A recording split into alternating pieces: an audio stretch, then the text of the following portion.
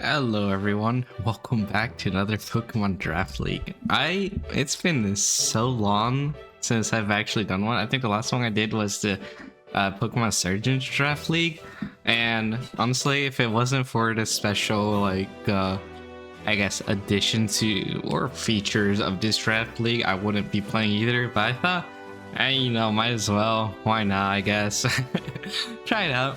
I don't expect to be winning a lot of games, but it is what it is. Hold on. Okay, there we go. I forgot to put my VTuber model. Not important. I was actually considering using webcam, but then I checked out the lighting, or I took a look at it, and I was like, wow, the lighting is horrible. So unless I decide to buy a ring light, which I actually might consider doing so, I might actually try and tweak it, and I might use webcam.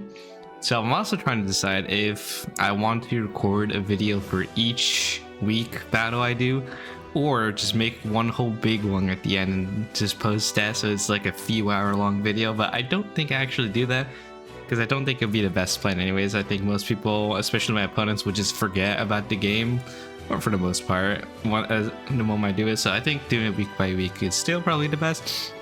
But anyways, for you, I guess you're wondering, if you're not from the league itself, this is the Galactic Pokemon League, a Pokemon League that has custom megas. And if I remember correctly, there's like over 100 custom mega Pokemon. There's like a whole document here of their custom megas, and it is insane. It is so cool.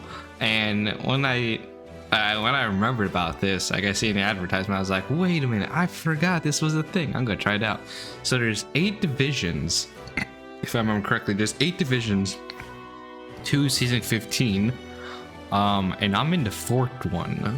So supposedly that's also sorted by like skill level. So I guess some of the staff thought that I was pretty good at Pokemon Draft League, despite me not really playing seriously since like Gen 8, maybe? I'd say mid-Gen 8, and I don't even know if I was playing seriously back then anyways.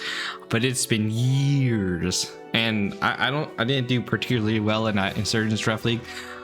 So the main goal of this draft league is not just about winning. Like, the winning for me, I barely care about that.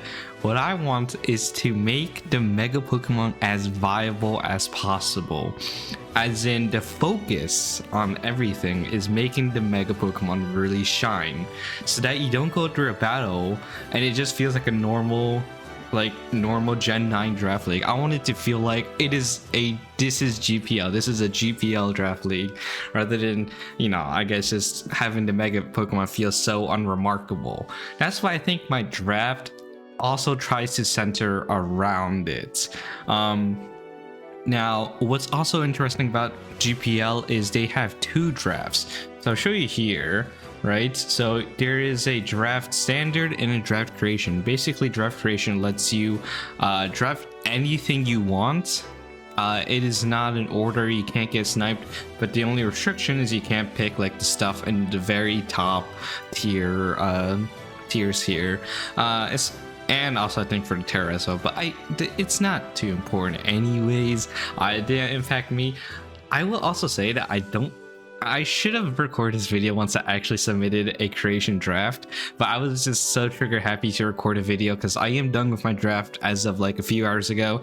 So I wanted to record this video. I do have my plan for the creation draft, so I will also go over that in this video.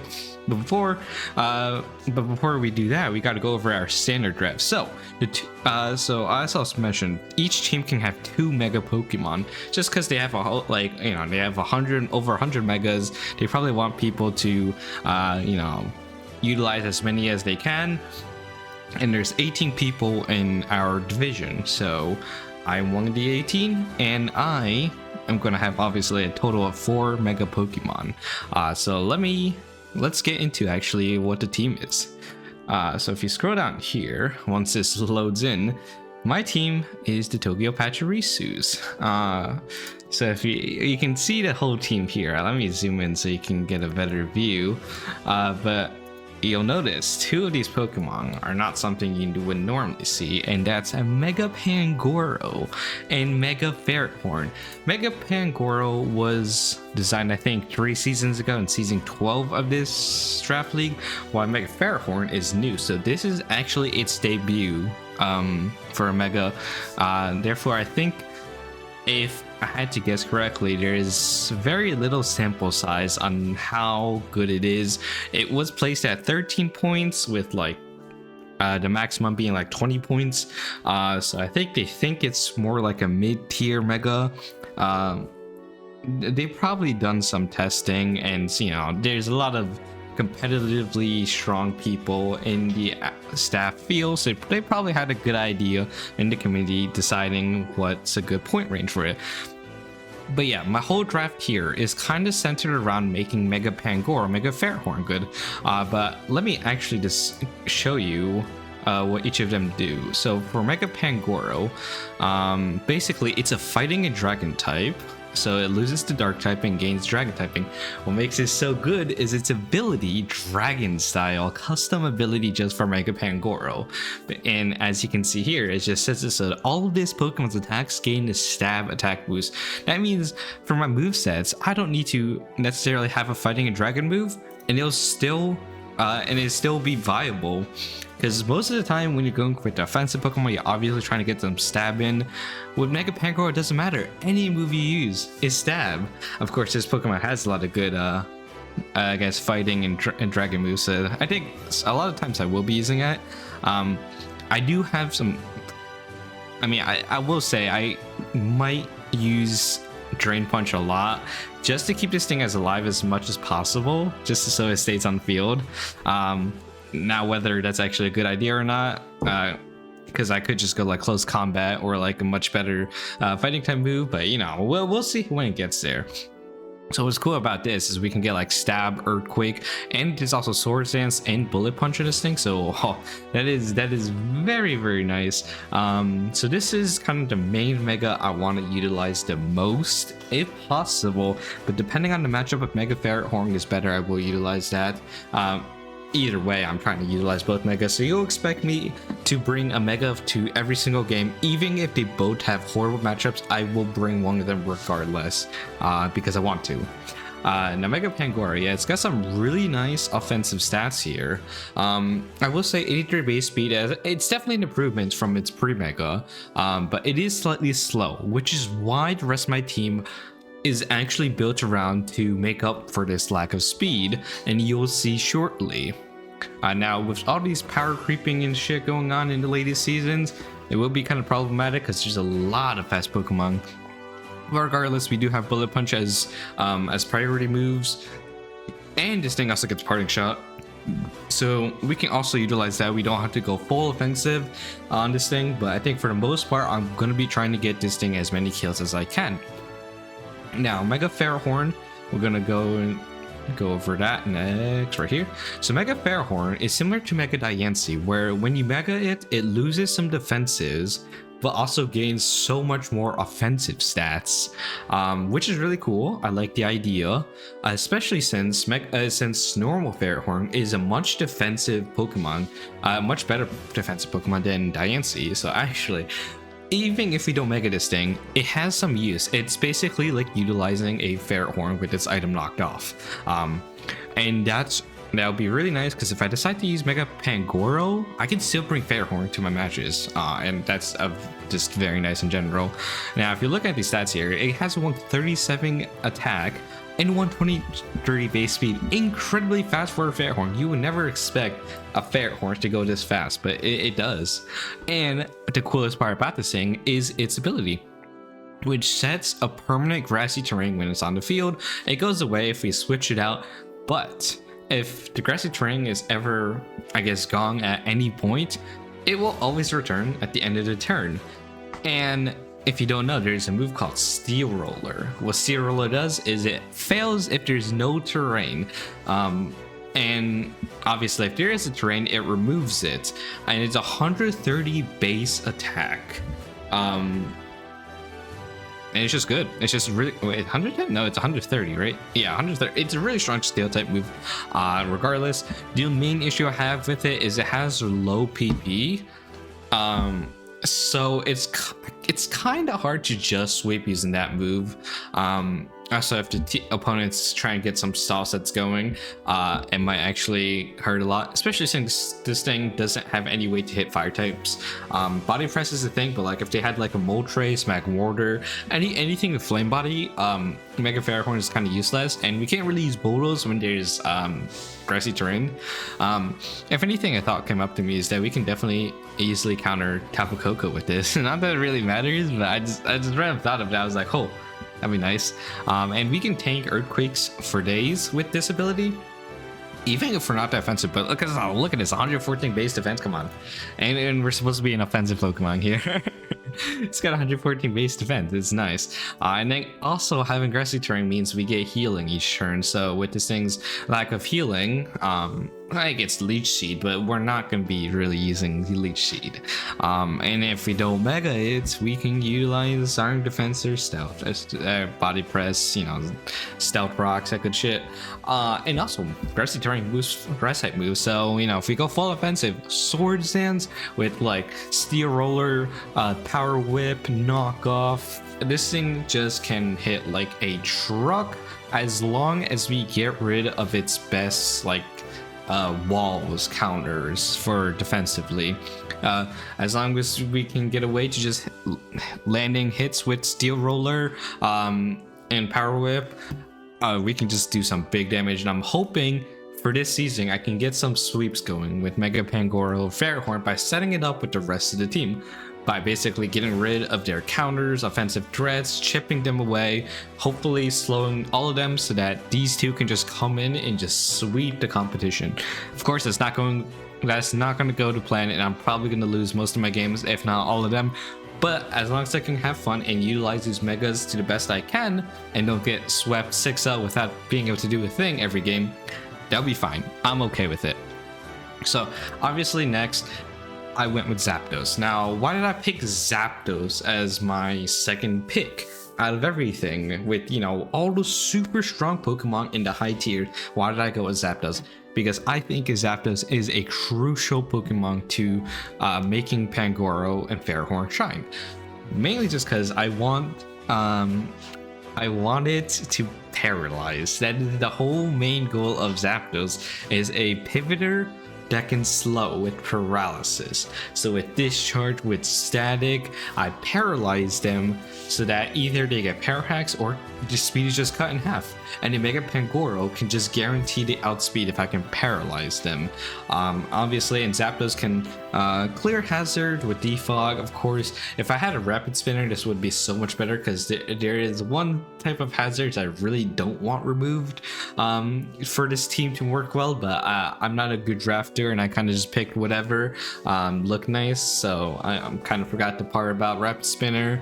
I think Mega Ferrohorn gets rapid spin, not that I really utilize it much, but if I want to use it defensively, I can. I don't know if it does. I'll just look it up later. It doesn't matter. Because my whole plan for Zapdos was just going for the paralysis, going with static and discharge. That's really it. Slowking Galarian. I've never actually used this thing before, but I do know it gets chilly reception, which sets up snow and then immediately switches out. Slow pivoter, we love to see it. We also get rid of any type of weather, like just in case to go with, I was gonna say sun, but I'm walking away, so maybe we would actually appreciate that.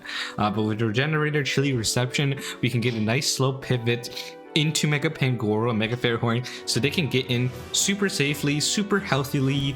That's totally a word. And then we can just go rampage without worrying about taking the switching chip damage. So that is the main goal of Slowking Galarian. Also just having some nice typing, Poison Psychic is just pretty neat. Got the whole, ground poison as well. I don't think it'll matter too much, but just in case, it's also just such a really good Pokemon general. That's why it's 16 points. I assume that's why it's good. I just don't really play much draft anymore. So I'm just telling you, they really should not have put me in this high of a division, but they think I'm good. So I'm going to try and do my best and, prove them right, I guess.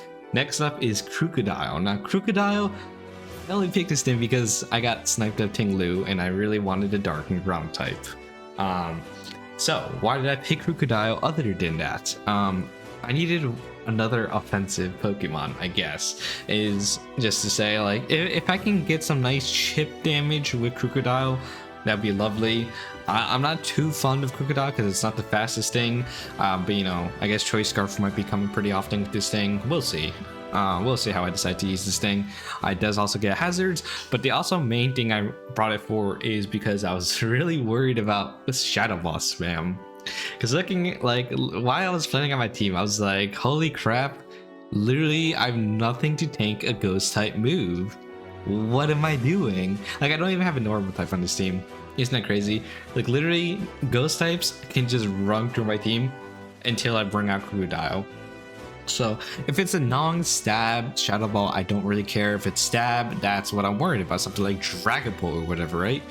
Crocodile does get Pursuit. I've never really utilized Pursuit before in one of my sets. It might happen this season. If you're one of my future opponents, pretend I didn't say anything.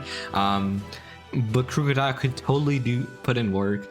I just got to see how it works. But mainly, it's just here as immunities, okay? It's here to tank ghost psychic moves so that you can't just spam it on my team. Also, electric moves can stop those volt switchers and then either make them make a dangerous switch from Crocodile, or, you know, just die. And it gets Intimidate and Moxie. Anger Point, you know, it gets a bunch of different options for abilities, all really good options, and I want to, you know, I think I can make decent use of this.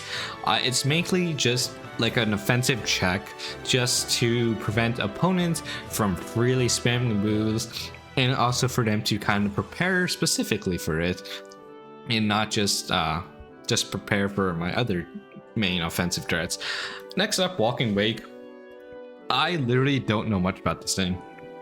All I remember was when it came out, the hype about it was it being a water type that's really good in sun teams. It's a water dragon type. Gets Hydro Steam that does boosted damage in sun rather than less damage despite being a water type move. And it has the ability Photosynthesis, which gives it boosted stats in sun.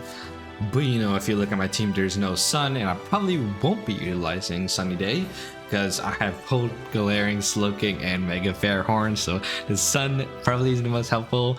But I needed a water type, and Napoleon got sniped from me. Some other water type got sniped from me, and I was like, boo-hoo. Actually, the thing is, I literally didn't have a water type plan at all, and I was like, wait a minute. Do I really not have a water type? Shoot, I kind of need one. And I was like, okay, Empoleon. And it gets sniped, so if you're the guy who's sniped my Empoleon, I'm actually coming for your throat and not in Pokemon. But regardless, if you're YouTube, pretend I didn't say that. I think Walking Wake is a pretty good Pokemon. I don't know, I've never really used it, and I'm probably not putting it to its best potential. But you know, who cares? It's a good Pokemon, so I'll make use of it anyways. If I make it the best Pokemon on my team, it would completely take the spotlight away from Mega Pangoro and Mega Fairhorn, and I don't want that. So yeah, it's a Pokemon. Next up, Ribombee. This is one of the most crucial Pokemon for my Mega Pangoro. And once again, if you're one of my opponents, I didn't say that. But the sticky webs is so good, and it's also so fast. It gets also U-turn, and it's a nice fairy type that can spam Moonblast. I think it also gets defog, but mainly I'm just here for the sticky webs. If I get the webs, Mega Pangoro, Crocodile both get in, and boom, big damage. I don't have to worry about speed. And if I'm utilizing Ribombee's sticky web and I'm confident I can keep it up, you know, Crocodile doesn't even need to run Choice Scarf anymore. And if you're my opponent, pretend I didn't say that either. Regardless, I really wanted Ribombee for this team, and I'm really glad I got it. Despite being at 8 points, I don't know if that just means that it just got worse. I'm pretty sure it was higher points in the past, but you know, that's not important. Next up, Armarouge. Chandelure got sniped, and if you're the guy who sniped me, taking Chandelure, screw you. I really wanted to use Chandelure because I wanted it to have as an offensive Pokemon that people prepared special defense stats in. You know, just because just in case they, you know, they didn't want to get swept by Chandelure, and they would just prepare defenses for it, and that's mainly just to steer away from Mega Pangoro and Mega Fairhorn, which are both physical attackers, right? But that's why Armor Rouge is here, which I think is probably a better backup. I've just never really used it, so I don't know if I can use it well. But judging by, I mean, looking at like its moves and its abilities, I think I know how it's supposed to be utilized, and I think I can do it well. It's a pretty good Pokemon, and I heard it's also really good for Terra, especially with Flash Fire. I can use the same strategy that one guy in the Surgeon's Pokemon League used against me, which was like doing Terra Steel, making it so it's also immune to fire type moves. Making it immune to fire and also immune to just a really good solid defense Pokemon. It actually completely rode me over. I think it was actually on Ceruledge, but Potato, they're practically the same Pokemon. I think Ceruledge is cooler, not really important in this context though. But yeah, I think Armor Rouge is definitely going to be a really nice Pokemon. It's also my main special attack damager. So if I utilize this offensively, I can definitely put people in check in their preparation.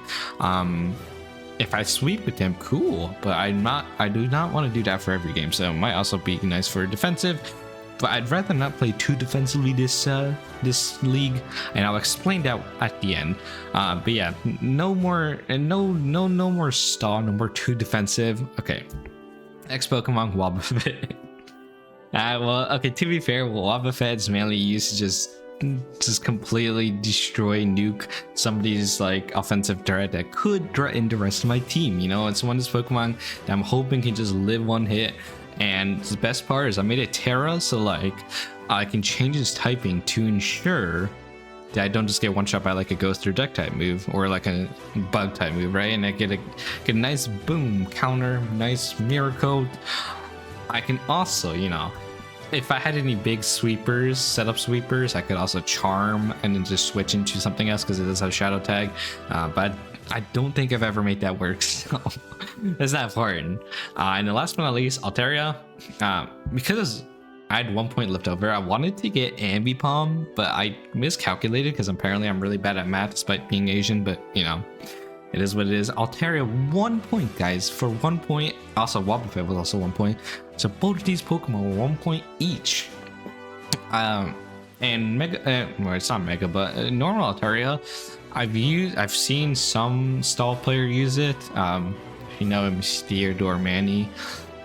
I think I've only seen him use it like once or twice, but like I think I usually see him drafted a lot often as like a cheap option. But it's a cool Pokemon. It can be kind of well for defensive Pokemon. It gets the whole good old defog, Roost, that type of shenanigans. I know Roost was nerfed, which is fine. But apparently, I heard it also gets Will-O-Wisp this generation, which will be useful, I guess. I don't think this thing gets U-turn. If it did, it'd be really nice. But yeah, regardless, it's a good Pokemon, right? Especially for 1 point. And it's something I think I'd actually consider using. I just have to find a really good reason to use it, but I think it's not a horrible Pokemon, especially for 1 point. And I could have totally gone the meme pick, but you know, I just wanted to go something I could have utilized. I've gone really long into this video, 23 minutes, and I haven't even gone over my creative draft, so actually I will go over that a lot more quickly, just so I can not make this video too long. I'm just explaining what it is. So it's right here. Basically, the whole point of this draft is to utilize Mega Pachirisu. If you don't know, I kind of like Pachirisu a lot, and Mega Whimsicott. I was originally considering Mega Butterfree, but I thought I'm gonna be like a cooler person and not do that. Mega Whimsicott is kind of interesting, so I'll make it quick. Basically, Mega Pachirisu, it makes it so Super Fang does 75% rather than 50%, and then Mega Whimsicott gains Flying Stab and sets up grassy terrain every time it hits a grass type move. I think it's also a lot faster, and has more offensive stats, so it actually does some decent damage. And the whole point of this team is to deal as much damage or chip as much as possible using Mega Pachirisu, and then sweep with the rest of my team. So it is a super offensive team, and that's also the same case of my standard draft. And if you're wondering why I'm going so offensively, let's just say that in the past I've gone stall and the game's go on for a really long time. I like going bulky teams, just because, I don't know, it's fun. This time I don't know how much time I'll have. I think I have enough time to play my games, but the plan is I either win fast or lose fast. That's why I'm going full offensive. You know, it's more fun that way, probably. I'm planning to have fun. If I don't have fun, does this guy with your part profile picture? That's so based. But that's not the point.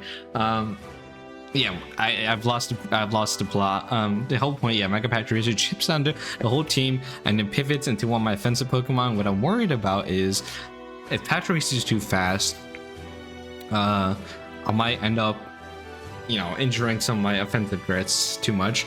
Also, I have Tornadus T and Landorus I.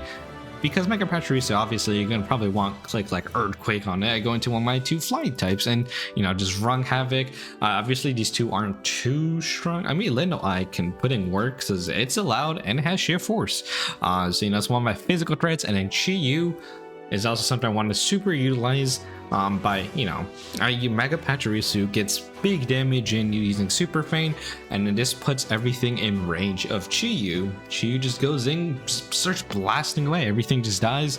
And I did it with Torn T2, you know, also a nice defensive check, nice pivot, nice defog, nice hazard removal, you know, all that good shenanigans. And I'm totally gonna land Bleak Wind Storm and Focus Blast this season. If I don't, boohoo. Landorus I can deal big damage. Zoric Hisuing, you know, it's fun to play mind games with them, and you know, I'm a totally smart person, so I'll make it work out. Goldango, it's a cheese guy. This Pokemon is giga busted, so you know, it's there. And Polion, I get it this time because I got sniped in the standard draft, so you know, utilize that for hazards, for flip turn, you know, mainly for slow flip turn. It's nice into some of my stronger Pokemon. Mega Whimsicott, you know, it's just because why not? All right, why not? It might work poorly for me if I set up grassy terrain and then go into Landorus I, but you know, I'll make it work out because I'm a smart person, you know, big brain. Glimmora also for hazards, just to help my offensive threats and all that shit. I think also gets rapid spin, so yeah, utilize that. And the last two is a grass and electric type, because if I'm bringing Mega Pachirisu, I'm not gonna have a grass type, so I'm gonna have one of these 2, Grotto and Meganium. Most likely not going to use it, but if I do, you know, I'll make it work out because I'm a smart person. Probably. I actually expect to lose every game this season because I'm pretty sure everyone in my division is actually good at the game. And there's Zepstrika if I'm not bringing Mega Pachirisu to, you know, have a nice electric type, nice Volt Switcher. And I don't remember what my Terra Pokemon were. I think it was Landorus I, and Glimmora. And Zepstrika. Some of those. But yeah. This is my team for GPL. My 2 teams for GPL. Whoops. Yo, what happened? But yeah. I don't expect to win a lot of games. Who cares? I'm just gonna make use of these megas. These 4 megas. I think it's cool also that in the creation draft, I'm not going with the giga busted megas. I'm going with just 2 cute megas that I totally could have gone in the standard draft. But that's not important. Don't judge on my brilliant decisions. If you're one of my future opponents watching this video, I want to have fun, okay? Go easy on me. Let's make this fun. But anyways, thank you so much for watching, and we'll see you in future videos. See ya. Bye bye.